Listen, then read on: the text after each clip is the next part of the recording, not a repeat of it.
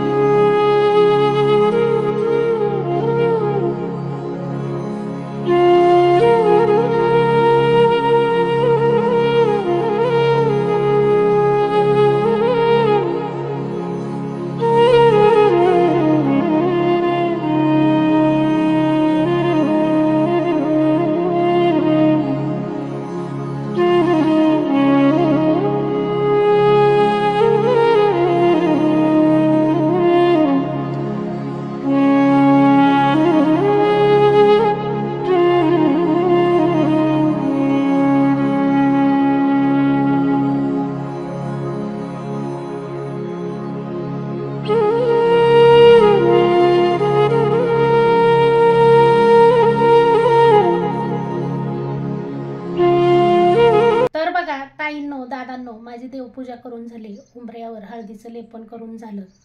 माझी रोजची देवपूजा या पद्धतीने असते। आज रांगोळी काढली नाही कारण आज गावाला जायचंय, गडबड आहे। आता सकाळचे 10 वाजलेत। कारल्याची सुक्की भाजी नाश्त्याला बनवली होती। चपात्या सुद्धा बनवून झाल्यात। जेवणाला नाश्त्याला चपात्या बनवून ठेवल्यात। संध्याकाळच्याला भैयाला सुद्धा जेवणाला चपात्या बनवल्यात। लय मोठा जोक झाला। चला, आम्ही निघालोय माहेरी यात्रेला। आम्ही दोघी बहिणी जावा सख्या बहिणी सख्या जावा, आणि ह्या माझ्या बहिणीच्या 2 मुली पण जावाय, पण वेगवेगळ्या ठिकाणी राहतो। ही राहती दुसऱ्या गावात, मी राहते दुसऱ्या गावात। असं का? तर तिचं लेडीज शॉपीचं दुकान म्हणून तिनं दुकान तिकडे टाकलंय, म्हणून ती तिकडे राहते आणि मी राहते गावात। श्रेया ही मोठी ही बारकी। हितला तर तुम्ही बघितली त्या दिवशी व्हिडिओ मध्ये, यात्रेच्या व्हिडिओ मध्ये, मुलगी मदतीला आलेली मला झोपली या। तर चला, आता माहेरी गेल्यानंतर मी व्हिडिओ कंटिन्यू करीन आणि माझ्या माहेरी कोण कोण आहे ते तुम्हाला दाखवीन। आम्ही माहेरी पोचलो तर कासार दादांना बसवूनच ठेवले होते। गेल्या आईने बांगड्या भरायला लावल्या आणि म्हणत होती भरपूर बांगड्या भरा, पण 2-2च बांगड्या घालायची सवय असल्यामुळे जास्त बांगड्या भरल्या नाहीत आणि माझे हात खूप कठीण आहेत, त्यामुळे बांगड्या भरायला मला तर नको वाटतं। आणि कासार दादा सुद्धा अव्वळ बांगड्या भरत होते।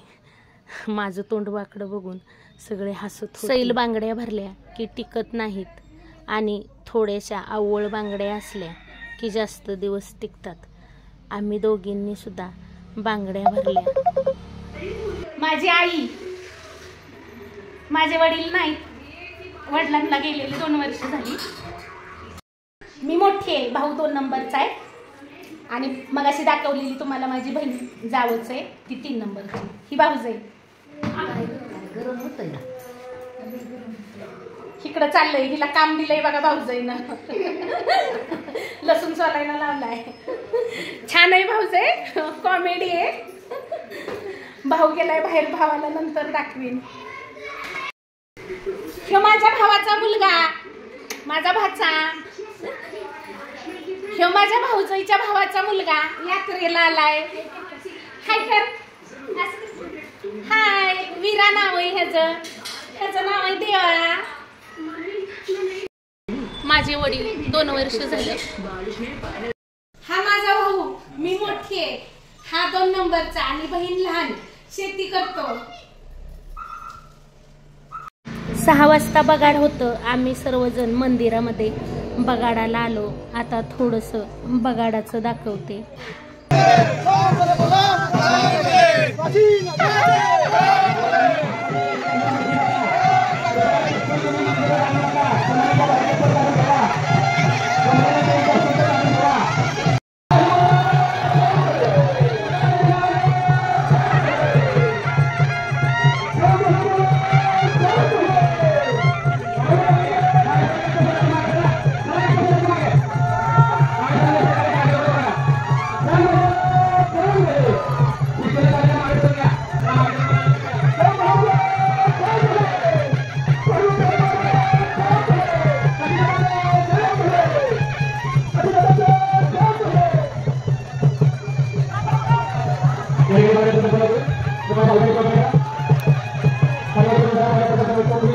मंदिरातून बगाड बघून आल्यानंतर सर्वांनी मिळून कामं आवरली.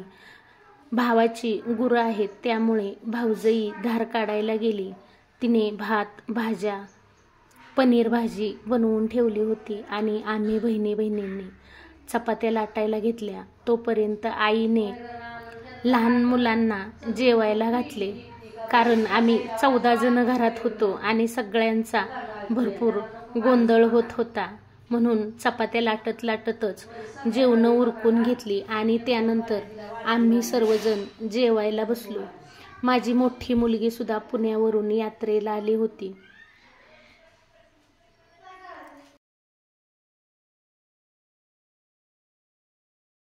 बहिणीने दुकानातून येताना मेहंदीचे कोण आणले होते. सर्वांच्या हातावर बहिणीच्या मुली, भाची, माझी मुलगी मेहंदी काढत होत्या. दुसऱ्या दिवशी सकाळी आमची श्रेया बघा किती छान तयार झाली आहे. आंघोळ केलीये, मस्त ड्रेस घातलाय, किती छान हे रबर बँड घातलंय. हे असं आम्ही छोटं होतो त्यावेळेस होतं हे रबर बँड. आता पुन्हा याची स्टाईल आली आणि मी माहेरात असल्यामुळे आळशी झालीये. माझं सगळं निवांत चाललंय. दुसऱ्या दिवशी ताजी यात्रा असल्यामुळे पोळ्याचा स्वयंपाकाला सुरुवात केली होती आणि पोळ्याचा स्वयंपाक आम्ही दोघी, आई सर्वजण मिळून केला. सवासणी होत्या त्याच्यामुळे स्वयंपाक आम्ही 10 वाजेपर्यंतच उरकला. स्वयंपाक लवकर उरकला की दुपारी पाहुणे रावळे येतात, निवांत गप्पा गोष्टी होतात. सवासणी असल्या की 1-2 तास सवासणीमध्ये जातात. चुलीवरच स्वयंपाक करायचा चालला होता. मी उंडे भरून देत होती, बहीण लाटत होती आणि आई पोळ्या भाजून घेत होती. लहान मुलं 7-8 असल्यामुळे आंघोळा, दंगा, मस्तीच दिवसभर चालू होती. सवासणी जेवल्या, आमच्या सर्वांची जेवणं झाली आणि त्यानंतर दुपारी गजरे बनवायला घेतले. भावाचे घर रानात असल्यामुळे घरापुढे भरपूर झाडं लावली आहेत आणि भाऊजई आमची खूप हौशी आहे. तिला फुलांची झाडं लावायला खूप आवडतं. तिने भरपूर फुलांची झाडं लावली आहेत. लाल आणि पांढऱ्या मोगऱ्याची सुद्धा झाडं लावली आहेत. भरपूर फुलं येतात आणि भाऊजईला हातावर गाठीचा गजरा बनवायला येतो. मग ती म्हटली आपल्याला देवाला जाताना गजरे घालायला गजरे बनवूया. बहिणीला सुद्धा गाठीचा गजरा बनवायला येतो आणि त्यांचं पाहून माझी मुलगी सुद्धा गजरा बनवायला शिकत होती. बघा किती पटपट गजरा बनवते. खूप ॲक्टिव्ह आहे. तिच्याकडे भरपूर कला आहेत. छान छान ब्लाऊजच्या डिझाईन म्हणजेच फॅशन डिझायनिंगचा क्लास झाला आहे. छान ब्लाऊज शिवते. रानातलं सुद्धा काम करते. गया आहेत, गयांच्या धारा वगैरे भरपूर कामं करते. मायाळू आहे. आम्ही जर कधी माहेरी आलो तर जेवणामध्ये सुद्धा भरपूर प्रकार बनवते आणि तिच्या हाताला सुद्धा खूप छान चव आहे. चला आम्ही सगळी तयार होऊन निघालोय देवाला, मंदिरामध्ये, भैरवनाथाच्या मंदिरामध्ये.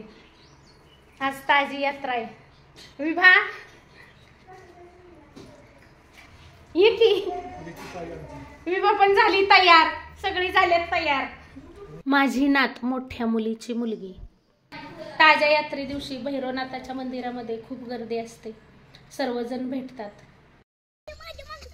आणि एवढ्या सगळ्याजण तयार होऊन निघालोय देवाला मंदिरात. अजून बाकीच्या यायच्यात. आम्ही 7 जणी बहिणी आहे, भाऊजा यायच्या, मी मुलगी आहे. चालतंय, बाकीच्या आल्यानंतर अजून धावते. चला असू दे.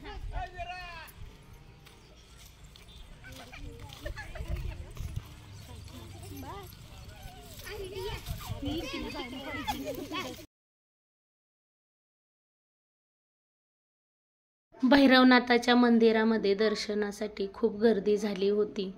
जुन्या मैत्रिणी भेटल्या, चुलत्या भेटल्या, माहेरची माणसं भेटली. तर तुम्हाला माझा आजचा व्हिडिओ कसा वाटला कमेंट करून सांगायला विसरू नका. व्हिडिओ आवडला असेल तर एक लाईक जरूर करा. चॅनलला याआधी सबस्क्राईब केलं नसेल तर सबस्क्राईब करा, सपोर्ट करा.